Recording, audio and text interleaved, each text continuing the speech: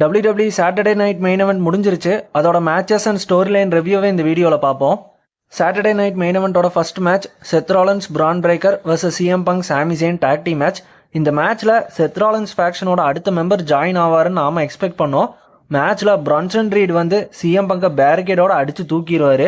சாமி ஜெயின் அப்போ distract ஆகிறப்போ breaker sphere போட்டு பின்ஃபால் எடுத்துருவார். செத் ராலன்ஸ் பிரான் பிரேக்கர் இந்த மேட்சை வந்து வின் பண்ணிட்டாங்க. பிரான்சன் ரீடும் பிரான் பிரேக்கரும் ஃபேஸ் ஆஃப் நடக்கும். அப்புறம் ராலின்ஸ் வந்து எல்லாருமே ஒரே டீம்னு காட்டுவார். இதுக்கப்புறம் சிஎம் பங்கை பிடிச்சி பிரான்சன் ரீடு வந்து சுனாமி போட்டுருவார். இதுக்கு முன்னாடி பிரான்சன் ரீடும் செத் ராலன்ஸும் அடிச்சுக்கிட்டாங்க. ஒரே ஃபேக்ஷனில் சேருவாங்கன்னு நான் எக்ஸ்பெக்ட் பண்ணலை. நிறைய ஆப்ஷன்ஸ் இருந்தது WWEக்கு யார் அடுத்த மெம்பராக வந்து இவர் கூட சேர்த்தலான்னு. ஏதோ பிளானில் தான் பிரான்சன் ரீடை செலக்ட் பண்ணி செத் ராலன்ஸ் கூட சேர்த்திருக்காங்க. Seth Rollins, Bron Breakker, Bronson Reed 3 பேர் இப்போ இருக்காங்க ஃபேக்ஷனில். சிஎம் பங்க் சாமி ஜெயினுக்கு ஹெல்ப் பண்ண ரோமன் ரெயின்ஸ் வருவாரான்னு பார்ப்போம். சாமி ஜெயினும் இருக்கிறனால மேபி ஜெயின் போய் ரோமன் ரெயின்ஸை ஹெல்ப்புக்கு கூப்பிட்டு வந்து இது ஒரு 3-on-3 மேட்சாக அடுத்து நடக்க நிறைய சான்ஸ் இருக்குது. அடுத்த match women's United States championship match Zelina Vega versus Chelsea Green. Zelina Vega 619 போடுறப்ப பாட்ச் பண்ணிட்டாங்க. அதை சரி பண்ணுறன்னு செல்சி மூஞ்சிலேயே கிக் பண்ணிட்டாங்க.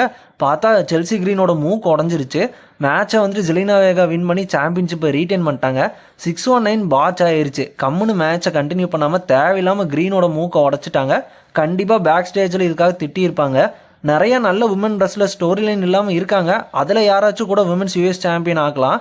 நம்ம வந்து இன்டர்கான்டினென்டல் சாம்பியன்ஷிப்லாம் பார்த்தோம்னா பெக்கி லின்ச்சும் லைரா வால்கேரியாலாம் வந்து ரெசல் பண்ணுறாங்க.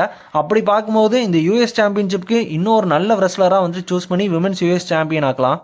அடுத்த match WWE champion John Cena vs R-Truth. இது நான் டைட்டில் மேட்ச். அதான் மெயின் eventல போடலை.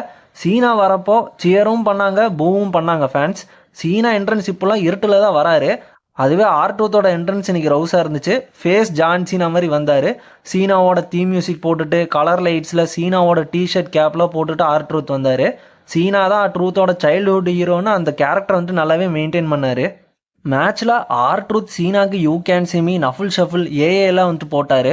சீனா சாம்பியன்ஷிப் வச்சு ட்ரூத்தை அடிக்கலான்னு போவார். அப்புறம் யோசிச்சுட்டு வேண்டான்னு ரெஃப்ரி கிட்ட கொடுத்துருவாரு. ட்ரூத்தும் சீனாவை அதுக்காக ஹேண்ட் ஷேக் பண்ணலான்னு போகிறப்போ சீனா லோ ப்ளோ ஏஏ போட்டு சீனா இந்த மேட்சை வின் பண்ணிட்டாரு. மேட்ச் முடிஞ்சப்பறம் சீனா WWE சாம்பியன்ஷிப் வச்சு ட்ரூத்தை அடிச்சிருவாரு. சில ஃபேன்ஸ்க்கு சீனாவை ட்ரூத் மேட்ச் புக் பண்ணது பிடிக்கல. ஏன்னா சீனா ரிட்டையர் ஆக போகிறாரு, கொஞ்ச நாள் தான் வருவார். ஏதோ நல்ல ஆப்போனன்ட் கூட புக் பண்ணியிருக்கலாம்னு நினைக்கிறாங்க. சீனாவை கொஞ்சம் கொஞ்சமாக ஃபேஸாக மாற்றுறக்காக தான் இப்படி பண்ணுறாங்கன்னு எனக்கு தோணுது. ட்ரூத்தெல்லாம் வந்துட்டு சீனா இப்படி பண்ணுற தப்பு, அதனால் நீ வந்து ஃபேஸாக மாறணும்னு ஒரு ஸ்டோரி லைன் கொண்டு வரக்காக தான் இதை பண்ணாருன்னு நான் நினைக்கிறேன். பேக் ஸ்டேஜில் WWE சாம்பியன் ஜான் சீனாவும் வேர்ல்டு சாம்பியன் ஜே ஊசோவும் மீட் பண்ணுவாங்க. சீனா என்ன சொல்லுவார்னா, ஒரு யூடியூபர் லோகன் பால் வேர்ல்டு சாம்பியன் ஆகிட்டா WWE வந்து ரூயின் ஆயிரும். என்னோட டைம் முடிஞ்சதும் நான் WWE சாம்பியன்ஷிப்பை கொண்டு போயிடுவேன். இன்னொரு சாம்பியன்ஷிப் ஒரு யூடியூபர் கிட்டே இருந்தால் WWE நாஸ்தி ஆயிரும்னு சொல்லுவார். இந்த ஃபேஸ் ஆஃப் ஏன் நடந்துச்சுன்னு மெயின் eventல தெரியும். அடுத்த மேட்ச் ஸ்டீல் கேஜில் Drew McIntyre Damian Priest wrestle பண்ணாங்க. ப்ரீஸ்ட்டை கார்னரில் சேரில் வச்சு மேக்கன்டையர் கிளைமோர் போட போவார். ஆனால் ப்ரீஸ்ட் நகர்ந்து மேக்கன்டையர் போய் முட்டிடுவார். ப்ரீஸ்ட் அதுக்கப்புறம் சேரை வச்சு ட்ரூ மேக்கன்டையர் அடிச்சிருவார். மேக்கன்டையர் தலையை சேரில் வச்சு ப்ரீஸ்ட் இன்னொரு சேர் எடுத்து அடிச்சிருவார். எட்ஜை பற்றி இந்த மேட்ச்சில் வந்து மென்ஷன் பண்ணாங்க. அவர் AEWவில் இருக்கார் இப்போது.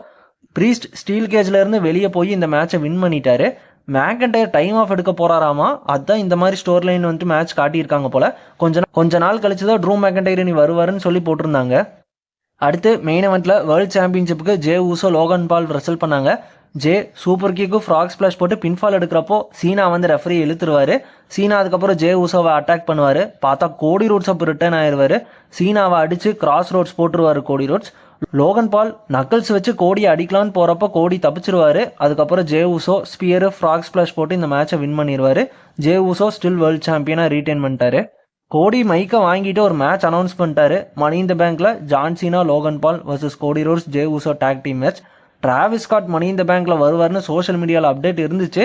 அது இப்போ நடக்கிற மாதிரி தான் தெரியுது. ஏன்னா இப்போ பார்த்தீங்கன்னா கோடி ரோட்ஸுமே ரிட்டர்ன் ஆகிட்டாரு. டிராவிஸ் ஸ்காட் கோடியை ரிவெஞ்ச் எடுக்க மேபி வரலாம். Saturday night main event matches story line எப்படி இருந்துச்சுன்னு உங்கள் ஒப்பீனியனை கமெண்ட் பண்ணுங்க. டாக் ஷோ தமிழ் யூடியூப் சேனலை மறக்காமல் சப்ஸ்கிரைப் பண்ணிக்கோங்க. அடுத்த வீடியோவில் பார்ப்போம். Bye guys.